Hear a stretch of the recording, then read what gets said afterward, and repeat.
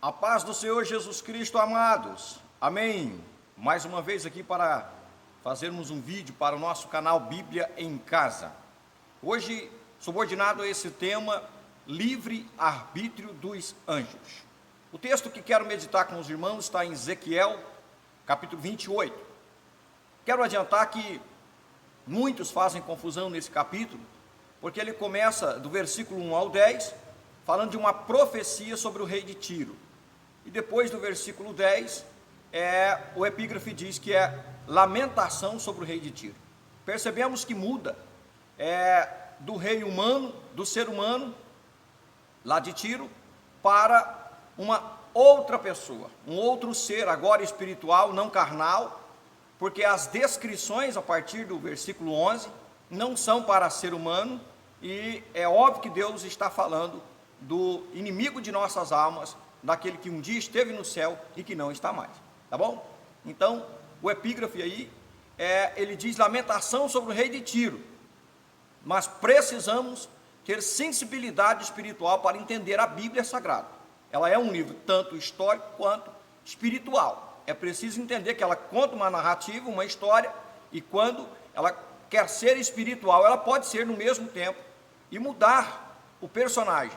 Temos que ter sensibilidade para entender que houve isso, senão a gente fica engessado, enrijecido, tá bom? Então você entenda que esses versículos a partir do verso 11 não pode ser acerca de um ser humano, logo Deus está falando de coisas espirituais e está falando sobre o inimigo de nossas almas, conhecido aqui como portador de luz ou como Lúcifer. Queridos do Senhor, é claro que nesse texto e outros mais, fica óbvio para nós, leitores da Bíblia Sagrada, que o livre-arbítrio dos anjos é um fato. Muitos acreditam que se os anjos tiverem livre-arbítrio, diminui a grandeza de Deus. Faz com que a grandeza de Deus seja menor, a sua soberania não é tão soberana se os anjos pensarem por si só. Muitos acreditam que para que Deus continue soberano, para que Deus continue sendo o Altíssimo, como Ele é, Ele tem que dominar os pensamentos dos anjos, até no que eles vão fazer, ou pensar, ou agir. E é claro que Deus não quer fazer isso, queridos. Ele pode, mas Ele não quer.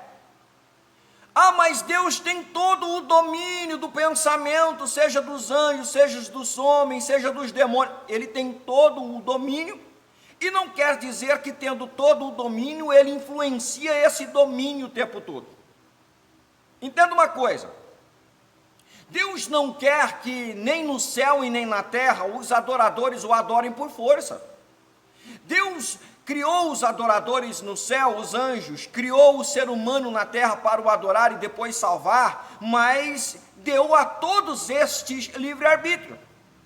Porque Deus quer que a adoração, Deus quer que o reconhecimento que há um Deus soberano, que há um Deus protetor, que há um Pai, e que nós queremos servi-lo, Ele quer que isso seja espontâneo. Para isso Ele nos deu racionalidade, inteligência, sabedoria para poder definir entre o bem e o mal e escolher essas coisas.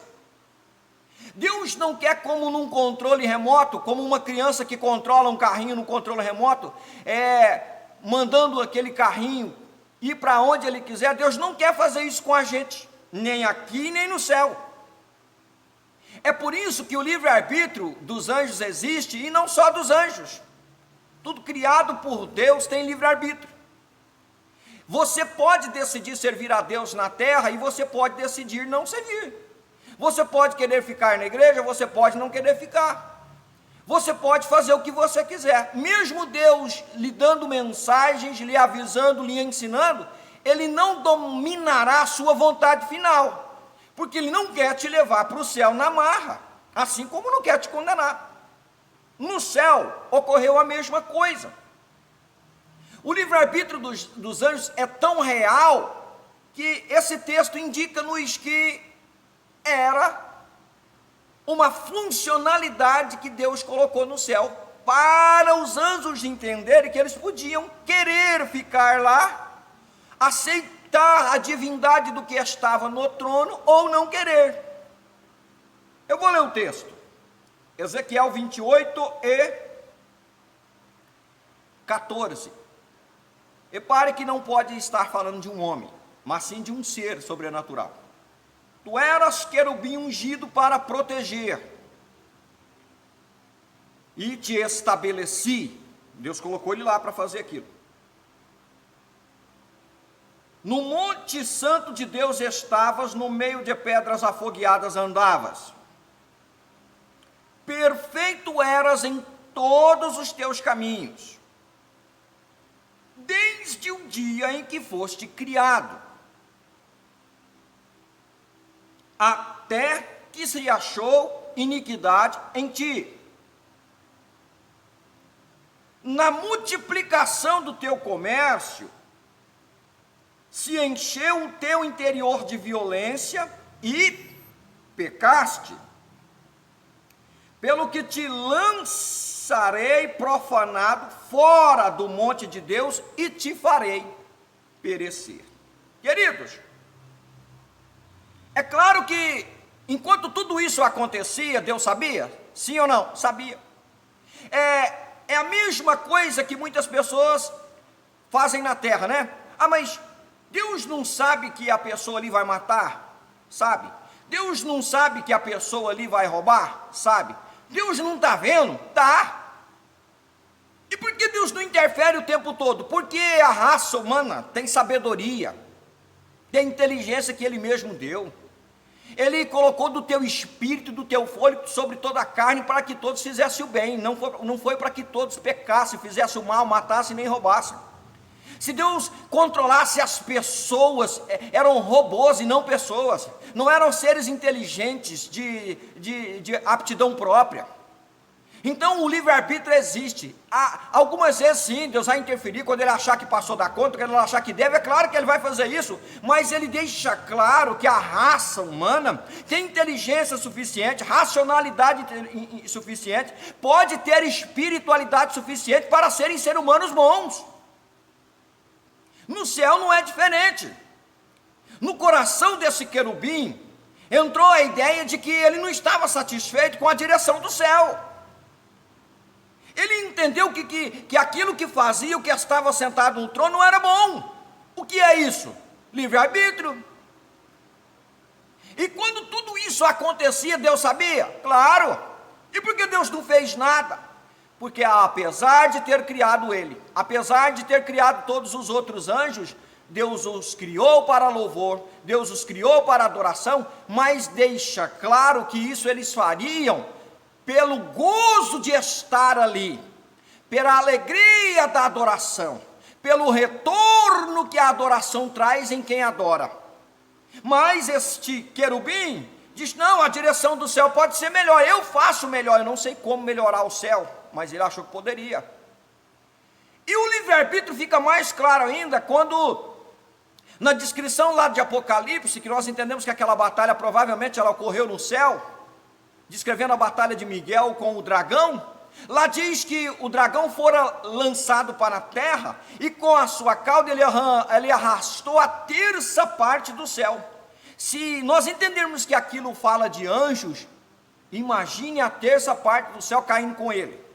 E é óbvio que são miríades e miríades de demônios hoje que caíram do céu, porque os demônios nada mais é do que os anjos que perderam o seu estado original e natural e viraram maus contra o exército de Deus agora. Então eles estão em toda parte, aqui agora, lá no Japão, na Austrália, em qualquer lugar tem demônio, ou seja, foram muitos mesmo que foram convencidos.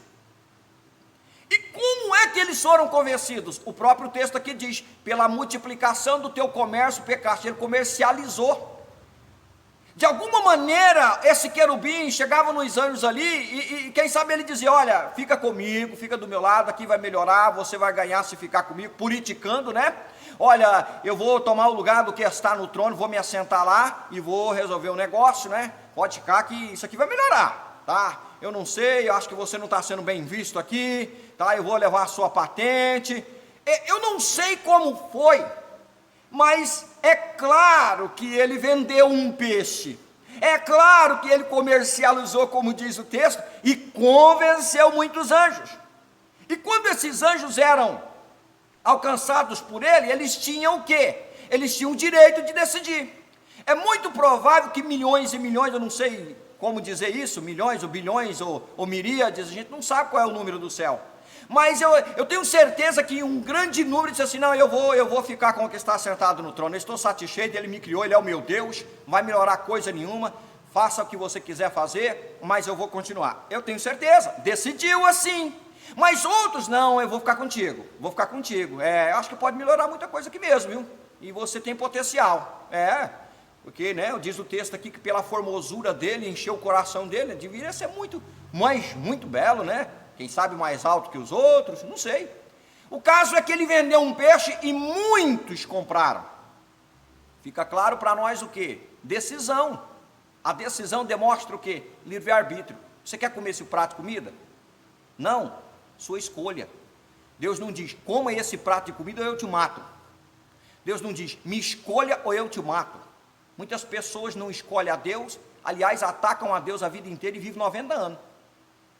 Deus não mata, Deus dá livre-arbítrio, longanimidade, e manda mensageiros dizer que está errado, e manda a sua palavra, e manda o seu Espírito Santo dizer que não precisa ser assim. Se a pessoa não quiser ouvir, ela vai continuar no livre-arbítrio dela. O dia que ela quiser vir, se arrepender, pedir perdão, Deus vai recebê-la. O livre-arbítrio é real no céu e é real na terra, queridos. E por isso é que os anjos caíram, porque eles decidiram não continuar no céu. Eles decidiram ser inimigos de Deus e hoje eles são inimigos de Deus. Então, meus amados irmãos, o livre-arbítrio dos anjos é um fato, não diminui a Deus. E eu consigo enxergar Deus ainda maior quando ele dá livre-arbítrio aos seres que ele criou. Ele sendo onipotente, ele sendo todo-poderoso, cria todos, tanto a raça humana quanto os anjos, e lhes dá livre-arbítrio de escolha, mesmo sabendo que poderiam dominá-los, que poderia controlá-los. Ele não faz isso. Aí é que eu entendo a grandeza, o amor, a paciência desse Deus que nós servimos, tá certo? Então existe livre-arbítrio dos anjos, existe livre-arbítrio na terra. Escolha a quem você quer servir, escolha de que lado você quer ficar, como escolheu Lúcifer. Ele quis ficar do lado do mal. A Bíblia diz aqui que no coração dele encheu, o coração dele encheu de pecado, de maldade, porque não estava satisfeito com a direção do céu. E o que ele fez? Nada. Porque de lá ele foi expulso, porque ninguém pode ser igual a Deus ou tomar o lugar de Deus. E hoje ele é inimigo nosso, inimigo dos anjos de Deus. Quem se depara diante de Deus para confrontá-lo, só tem a ser subjugado e condenado. Então que você tome essa decisão. Não é por força, Deus nunca vai te forçar, mas a mensagem de Deus para nós é que Deus tem um melhor para nós, que Deus tem um melhor para a sua criação em todo lugar. Amém? Fique com essa palavra, espero ter ajudado você em mais um assunto. Deus os abençoe, até a próxima!